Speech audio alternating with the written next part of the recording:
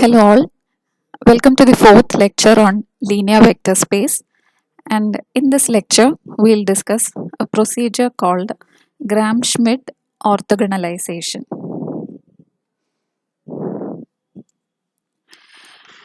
Gram-Schmidt orthogonalization is a procedure of obtaining an orthogonal set of vectors from a non-orthogonal set of vectors.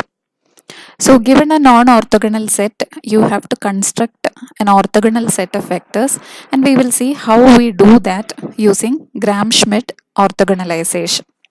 Let u1, u2, etc. un be a set of non-orthogonal vectors, and we are to construct a new set v1, v2, etc. vn from the given u1, u2, etc.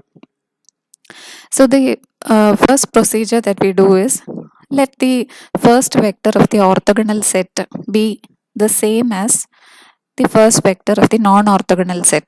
So let v1 equal to u1. But the second vector of the orthogonal set, we cannot write it as u2 because we are already given that u1, u2, etc. are non-orthogonal. So we cannot write v2 as equal to u2. And if we are writing v2 as u2 minus a2 times v1, let it be so. Now we need to know what this a2 is.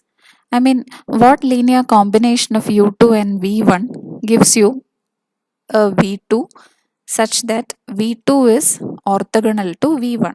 So we need to know what is a2. To evaluate a2, what we do is we take scalar product on both sides with v1. When we take scalar product on both sides with v1, on your left hand side we have v2, v1. Mind you, this is another notation for writing scalar products. You can use the bracket notation, or it's also okay to write scalar product or inner product using this notation. The two vectors separated by a comma within simple parenthesis is also another notation for inner product. So let's write it like that. So on your left hand side you have v2, v1 scalar inner product, and your first term on the RHS becomes inner product of u2 with v1, and the second term is minus a2 scalar product of v1 with v1. Okay, and that is norm of the vector. And we know that v2 and v1 are orthogonal, right? Because that's what we are about to construct. v2 and v1 are members of the new orthogonal set that we are constructing. So an inner product of both of them should be 0, and this term remains as such. And here you have minus a2 mod v1 square, and your a2 will be thus inner product of u2 v1 divided by norm of v1. And now the second vector is thus v2 is u2 minus whatever you got for a2, you write it there, a2 times v1, isn't it? So your second vector is like this. Now if you are to construct a third vector, again the third vector you cannot write it as equal to the third vector in the given set, and you write it in the similar fashion, pretty much the similar fashion. You write it as u3 minus a1 v1 minus a2 v2. Now you need to evaluate a1 as well as a2.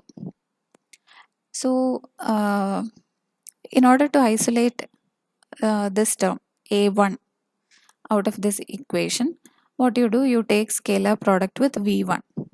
When you take scalar product with v1, on your LHS you will have v3 v1, RHS you will have u3 v1. The second term is a1 norm of v1, then the third term is minus a2 v2 v1. But these two terms v3 v1 and v2 v1 will be 0 because all of them are members of an orthogonal set. They are orthogonal to each other. Pairwise they are orthogonal. So this term will also be 0 and this term will also be 0. So you can have an expression for a1. Similarly, if you are to evaluate a2, what would you do? You have to obtain an expression which contains only a2. So you have to remove this term from the equation. You take a scalar product or inner product with v2 throughout. So you have v3 v2, and on the RHS you have u3 v2, and the second term would be minus a1 v1 v2, and the last term would be like this. So here v3 v2 as well as v1 v2 will be 0 because they are orthogonal to each other, and from here you get an expression for a2. So your third vector in the orthogonal set would be a linear combination of the first two vectors of the orthogonal set as well as the vector from the non-orthogonal set. So this is how you write v3, and this procedure goes on. If you have to construct a fourth vector, then you would write it as equal to the fourth vector of the non-orthogonal set minus three such terms which involves v1, v2 and v3. Okay. And similarly, you can construct n vectors out of this set. Now let's understand it better by considering our ordinary vectors and how do we construct an orthogonal set from a given non-orthogonal set using Schmidt orthogonalization procedure. So let us be given with u1 and u2, which are 1 1 and 2 minus 1. And if you are drawing it with the coordinate axis, you can see that 1 1 is this point, right? 1 1 is this point and 2 minus 1 is this point. You can see it for yourself that these two vectors are not orthogonal to each other. If you have to prove it mathematically, you can just take the dot product of these two vectors and you can see that dot product is not 0. So they are not orthogonal to each other. We have to obtain a set of orthogonal vectors from this given set of non-orthogonal vectors. Now, according to Schmidt procedure, what do we have to do first? The first vector in the orthogonal set, you take it as the first vector in the non-orthogonal set. So, let v1 equal to u1 and u1 is given as 1 1. The second vector orthogonal to v1 is of course not u2 because that we saw now. And from Schmidt procedure, we know that u2 minus this term times v1 would give you v2, which is orthogonal to v1. According to the procedure, it is so. Now let's see what vector we obtain out of this procedure. So your v2 would be u2, which is already given as 2 minus 1 minus inner product of u2 v1. So it will be 2 minus 1 dotted with 1 1 divided by magnitude of the vector square. Okay, so it is root 2 square. Now magnitude of which vector? Magnitude of v1 square. v1 is 1 1, right? The magnitude is root of 1 plus 1. Root 2 square would be the denominator, and this much times v1. Okay, what's v1? v1 is 1 1. Now instead of writing our vectors as a pair of as an ordered pair, we'll write it with the I cap j cap notation. So 2 minus 1 is 2i minus j, and here you can write these terms like this: 2i minus j dotted with I plus j divided by 2 times v1, right? v1 is 1 1, or it can be written as I cap plus j cap.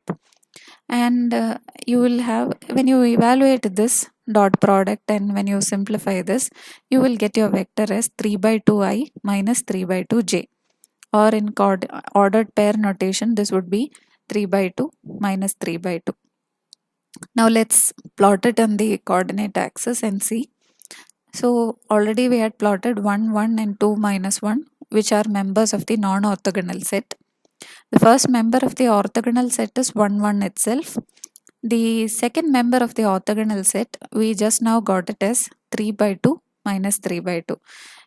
So this blue arrow, this vector is 3 by 2 minus 3 by 2. It is obviously orthogonal. Visibly it's orthogonal. You can check it mathematically by taking the scalar product of V1 with V2. And you get it as I plus j, I cap plus j cap dotted with 3 by 2 I cap minus 3 by 2 j cap. And this would be 3 by 2 minus 3 by 2 is 0. So we have obtained an orthogonal set of vectors from a non-orthogonal set. Okay, this procedure is called Gram-Schmidt orthogonalization procedure, where you obtain an orthogonal set of vectors from a given non-orthogonal set. I hope it's clear. Thank you.